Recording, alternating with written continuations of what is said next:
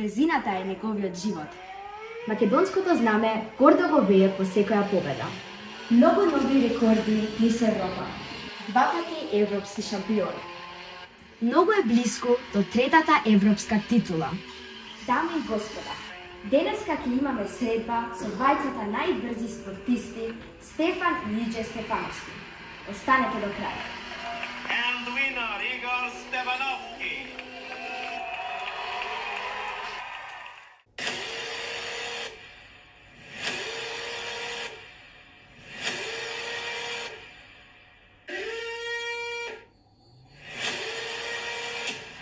Јас знам кои сте вие, се надевам и моите гледачи, но за тие што не знаат кои сте вие, дали ќе може да се представите? Секако да, јас сум Игор Стефановски Иđe, двократен европски шампион во автомобилизам, човек кој што се бави со трките долги улици. Здраво, јас сум Стефан Стефановски, имам 12 години, живеам во Скопје, учам во основното училиште Кирил Печиновик и јас се занимавам со возење на картинг. Од колку години почнавте да се занимавате за овој спорт и од каде ви се роди оваа љубов? Па, можам да кажам дека уште од најмала возраст, можеби од помали години од колку што сте вие сега во моментот, некако така заедно со мојот брат, љубовта кон автомобилите, кон овој спорт и едноставно неизбежно беше да се втурнеме во светот на брзината и во автомобилизмот. Јас започнав на 4 години, прв пат седнав на симулатор. Да. Тогаш ми беше многу забавно. Татко ми и чичко ми видеа дека можам да се надпреварувам и прв пат седнав во картинг на 7,5 години и возев, тренирав во Србија и тогаш ми беше мојот прв настап. Стефан, дали се сеќаваш на твојата прва трка, значи го освои првото или последното место? Како беше тоа? Мојата прва трка беше во Белград, Србија, на познатата патека на Ада Хуја. Тогаш ја прв пат седнав во картинг и се надпреварував против возачи. Да. И ја го освоив првото место. Супер. И од тогаш сватив дека јас сум талентиран. Дали се сеќавате на вашата прва трка? Дали го освоивте првото или последното место? Апсолутно се сеќавам на сите трки до сега извозени. Првата трка секогаш останува во мојата меморија, бидејќи тоа е нешто што не може да се заборави. За моја среќа на тој натпревар го освоив првото место на пол позиција во саботните тренинзи, помеѓу најдобрите 29 чинам автомобилисти од Македонија. И бев навистина и среќен и уплашен во исто време, но на трката, иако водев некој период, на половина трка веќе автомобилот се расипа и едноставно таа беше трка која што не ја завршив, но голем мотив за да продолжам година со освојување на нови победи. Како изгледа вашиот прв пехар?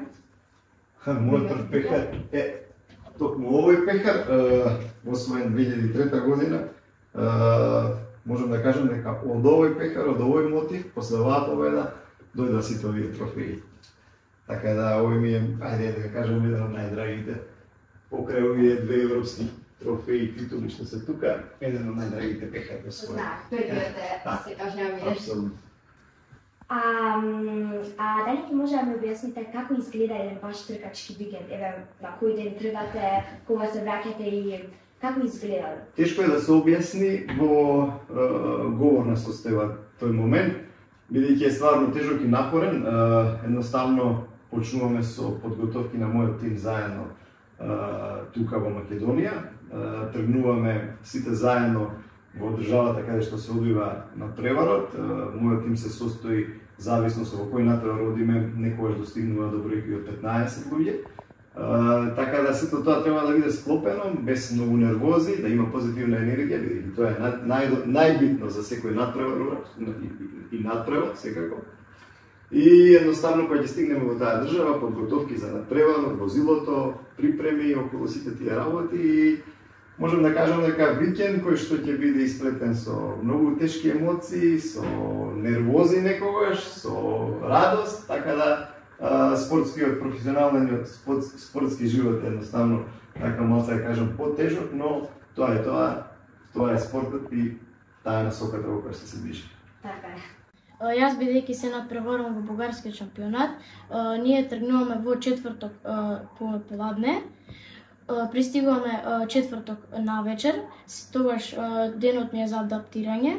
Во петок почнуваме да тренираме, го бараме соодветниот сетап, потоа во сабота ни почнуваат веќе официјалните тренинзи, тогаш имаме 4 тренинга, еден кој не е официјален, квалификации и 2 мини трки кои овозможуваат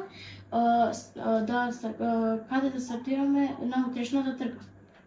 Во недела имаме варм-ап и 2 трки кои овозможуваат пласман и се надевам секогаш на прво место. Да, се знае. Стефан, како успеваш да ги правиш двете работи во исто време, значи тркање и во школа одење? Напорно ми е, но наставниците имаат разбирање, знаат дека јас се надпреварувам, имам многу голема подршка од нив и секогаш пред да одам на трка ми викаат да дојдам со правото место. Се знае. Тука имате навистина многу пехари. Колку сте имале до сега освоено? Па, не знам, бројката не знам, верувајте, бидејќи стварно се многу, мојата кариера трае повеќе од 20 години, едноставно многу надпревари, многу пехари и секој си носи своја приказна. А кој ви е најомилен? Најомилен пехари би ги одвоил овие два, тоа се европските пехари кои што се освоени 2014-2015, најдобар автомобилист во Европа, по ридско-брзински надпревари и сум горд, верувајте дека еден човек од Македонија успеал да ги победи најдобрите во Европа.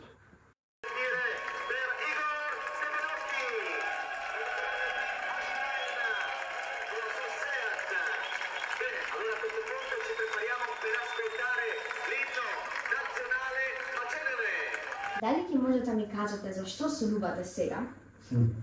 Секогаш сонувам, секогаш се трудам да бидам поуспешен од она што сум.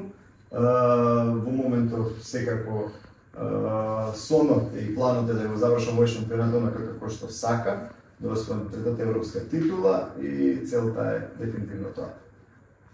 А кој пехар ви фали во вашата голема колекција? Па, секоја трка се трудам да освојувам пехари. Секој ми е битен, но во моментов фокусиран сум на третиот европски трофеј кој што сакам да го донесам и во Македонија и на овие витrini тука. Стефан, дали знаеш до сега колку пехари имаш освоено? Јас имам околу 40 пехари. А сакаш да ги видиме? Да, може, ајде.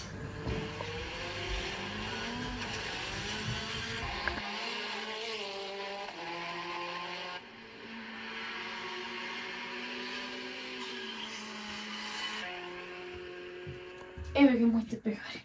Вау, ова се навистина многу. За тоа дека имаш 12 години е навистина супер, многу се убави. А кој ти е најомилен пехар од овие? Мојот најомилен пехар ми е овој. А зашто? Значи, што ти се свиѓа на негото? Овој пехар ми е најомилен бидејќи овој ми е од последната трка. Да. Последната трка ми беше најбитната трка во мојот шампионат. Пред 2 дена пред трката ми се деси мал проблем со картингот, со тоа што морав да го менувам картингот. Требаше да го адаптирам за 2 дена, но тоа што е невозможно, но јас успеав да го адаптирам и на крај ја победив на трката. Супер. Дали ќе може да ми кажете со која опрема се надпреварувате? Па, правилата на FIA по кои што возиме се стварно ригорозни и секој надпреварувач мора да има опрема која што е хомологирана во однос на FIA. Така да имаме комбинезон, огноотпорен, имаме подкапа, имаме внатрешни елементи кои што се огноотпорни, кои што мора да се носат. Секако тука се рукавиците, кацигата. Сето тоа мора да биде хомологирано и е многу тешко во одредени ситуации кога е топло да седите во автомобилот со таква опрема, бидејќи температурите се неиздржливи во некои моменти, но тоа што е безбедноста мора да биде на едно високо ниво и затоа се трудиме секогаш да бидеме коректно исправни према делегатите од FIA во однос на опремата. Секој пилот мора да има опрема, специјална опрема, за да може да учествува на надпреварите. Прво ќе започнеме од специјалните патики кои мора да ги има секој. Потоа имаме комбинезон, па имаме заштитник за ребрата. Да. Потоа имаме на раквици. Имаме подкапа. Да. Имаме заштитник за вратот. И на крај имаме кацина. Стефан, јас знам дека вие многу брзо возите. Дали тогаш често се случува дека некој ќе се повреди? Многу ретко се случува дека ќе се повредиме и затоа ја носиме оваа заштитна опрема. Да. Јас знам дека во овој спорт навистина многу брзо се вози. Дали често се случува дека некој ќе се повреди и дали до сега на вас се случува? Овој спорт е некако опасен. Можем да кажеме еден од најопасните спортови воопшто. Брзо се вози, да, има патеки каде што одиме преку 280 км на час. Се случуваат инциденти, нормално тоа е дел од ова надпреварување. Сум имал јас во мојата кариера и тоа тешки излетувања, но за среќа не сум бил до сега повреден нешто посериозно. Се надевам дека така ќе биде и во иднина. Но сите знаеме со какви последици се соочува овој автомобилизам, овој спорт. Еве јас тука на твоите слики ја гледам бројката 46-ка. Зашто е таа бројка? Јас уште од мал, секогаш ја и мојот татко гледаме надпревари, Формула и MotoGP. Да. И мојот идол за мото име беше Валентино Роси, кој што го носи број 46. Стефан, бидејќи имаш нели во мотори возен идол, кој ти е идол во Формула 1? Мојот идол во Формула 1 е Шарлс Леклерк, а мојот најголем идол е кој ми ја даде љубовта за да возам е мојот чичко Игор Стефановски Иџе. А една работа што сакам денеска што да ја направиме, што ми беше многу голема желба, дали ќе може да свртиме едно клуче? Може, секако е. Ајде. Јас знам дека вие сте на многу деца идол, но дали вие сте имале некој идол кога сте имале 10 години како мене? Секако нема дете кое што нема идол во својот живот. Мој идол во тоа време беше Ајртон Сена, нашиот најпознат автомобилист, возач во Формула 1, кој што за жал трагично загина на надпревар. Но во текот на детството ми се менјаваа идолите, знаете како растете, доаѓаат и нови идоли, така да сум ги имал многу повеќе, но сите биле во одделот на автомобилизм.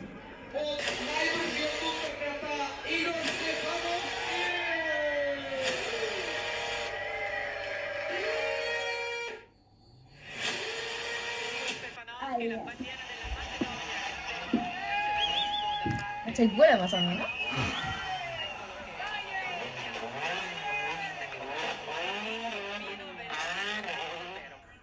Дали ќе може да ми кажете кој е Игор Стефановски Иџе приватно? Игор Стефановски Иџе приватно е татко на две дечиња, сопруг, фамилијарен човек кој е посветен на фамилијата пред се, на работата, на моето семејство и еден многу скромен и релативно мирен човек. А Иџе, дали ќе можеш да ми кажеш каде си роден и каде си пораснал? Роден сум во Скопје, пораснат сум во Скопје, секако во Македонија тука. Моето потекло од моите родители од по мајка и од Струга, голем дел од животот имам поминато и таму, пред се во летните периоди и едноставно ги сакам убавините на нашата држава и се трудам секогаш во слободно време заедно со моите деца и со сопругата да одиме во пределите каде што ми е најубаво, а тоа е едно село Горна Белица во над Струшко и во Струшкиот регион. Супер. Јас знам од моите родители дека порано не постоеле компјутери и телефони и сите тие електронски работи. И во тоа време со што сте се играле? Па, за среќа во мојот живот имам еден човек кој што е секогаш позади мене, тоа е мојот брат. Он е постар 4 години, исто автомобилист. Почна во трките пред мене и едноставно тој ми е потпора во животот и многу сум среќен кој што го имам во мојот живот. Заедно ги поминувавме детските моменти, дури едно време бевме конкуренти во надпреварите заедно. Имавме дуели на тркачките патеки И нашето играње, уште како деца беа количките, автомобилите, картингот и се тоа што обкружени со автомобили и со коли. Кога сте имале 10 години како мене, што станувавте да бидете кога ќе пораснете? Во мојот живот, освен трките и автомобилизмот, не постоело ништо во моите соништа, можам да кажам и ден денес. Секако сакав да бидам најдобар автомобилист, тоа се остварува, секогаш сонувам за нешто повеќе и секогаш е поврзано со трките, бидејќи ова што го правам е мојот живот. Иџе, која е вашата порака до сите деца што сакаат да бидат како вас? Пред се да знаат да го живеат животот онака како што треба, да ги знаат правите вредности на животот, да бидат успешни, да бидат фокусирани во она што го направат и никогаш да не се откажуваат од она што сакаат да го постигнат во животот, бидејќи во текот на животот има и падови и успони и некои искушенија, но секогаш да се гледа напред и никогаш да не се откаже од сон. Еве, Анастасија, ова е мојот симулатор. Да. Јас на него често вежбам со колата на чичко ми, ги вежбам познатите стази низ Европа. Да. Стефан, мене што ми текна денеска што сакав да те прашам, е уште колку трки имаш оваа година и како ти стојат шансите да бидеш шампион? За оваа година ми остана уште 2 трки, Да. од која една треба да победам за да станам шампион. Во оваа класа, кога ќе станеш шампион, ќе освоиш тикет на светско првенство во Бахрейн. Да. Таму ќе има пилоти кои што биле шампиони во цел свет.